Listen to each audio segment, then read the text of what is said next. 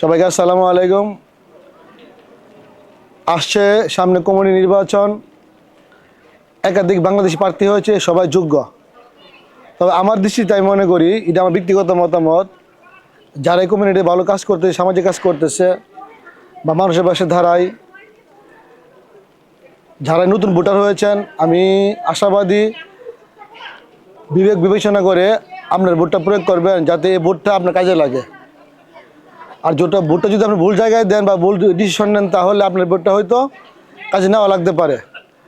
তা আমার একটা কথা আপনার সবার কাছে, যারাই ভোট দিবেন বিবেক বিবেচনা করে ভোটটা দিবেন, যাতে আগামী প্রজন্মের জন্য এই ভোটটা কাজে লাগে এবং রাস্তা সুন্দর থাকে।